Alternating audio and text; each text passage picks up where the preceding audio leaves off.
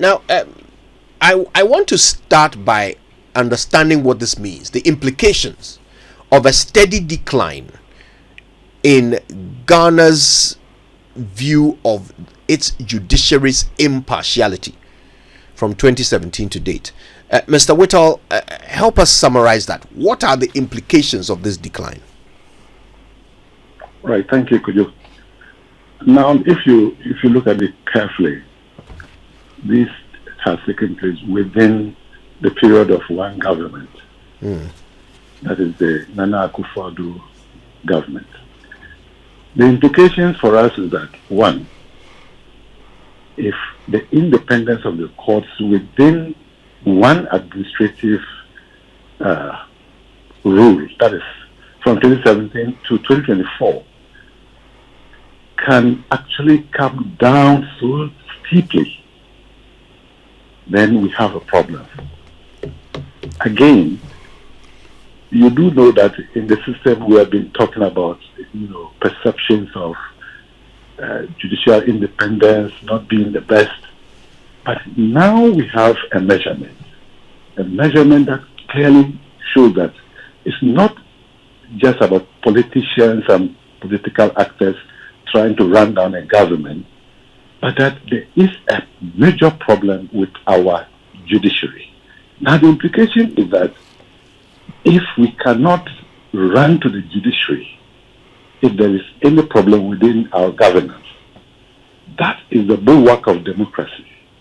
If there the independence which is given to it to ensure impartiality cannot even be guaranteed, then where else we go?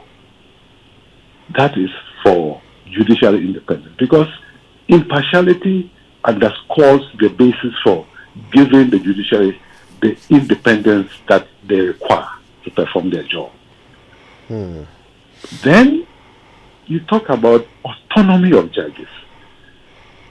If you look at the Constitution very carefully, it is not just judicial independence that is granted to the judiciary, but it's actually the autonomy of judges to arrive at decisions regardless of anyone, even within the hierarchy of the judges. If that autonomy cannot be guaranteed any longer, the implications are dire. What does it mean? Does it mean that judges from the top level are able to influence judgments below?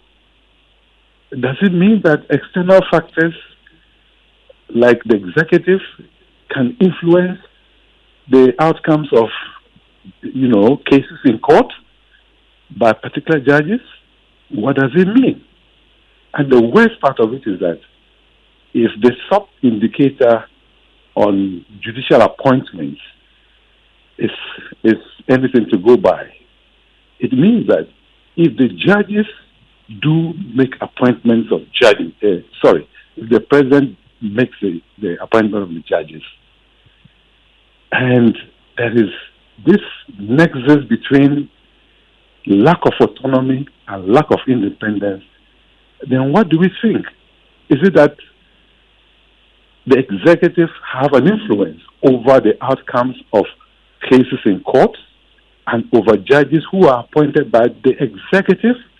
What does it mean? It's very troubling and it's worrying. Right. And so when I read the report, I was really not happy because anecdotally we know these things were being bandied around. But a 30% steep decline, and then the report goes on to say it continues to deteriorate. Yeah. And the Ghana's judiciary is actually the worst in Africa. And on top of that, I don't even know what to say. How do we hold ourselves up as the best judiciary in Africa? Our judges have independence. All that, is it a sham? So that is my concern.